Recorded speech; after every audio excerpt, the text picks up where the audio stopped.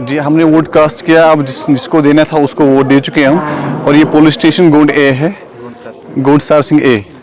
तो मेरे ख्याल से लोग बढ़ चढ़ कर आ रहे हैं, पोलिंग में हिस्सा ले रहे हैं, तो अच्छी बात है। और बड़े देर आना ही सही मगर एक अच्छे मुस्बत कदम है डेमोक्रेसी की ओर, ताकि लोगों को अपने हुकूक मिल सके, कल लोगों को अपने राइट्स मिल सके। तो आज लोग घरों से अच्छी तरीके से निकल रहे हैं और पुरअमन से वोटिंग हो रही है।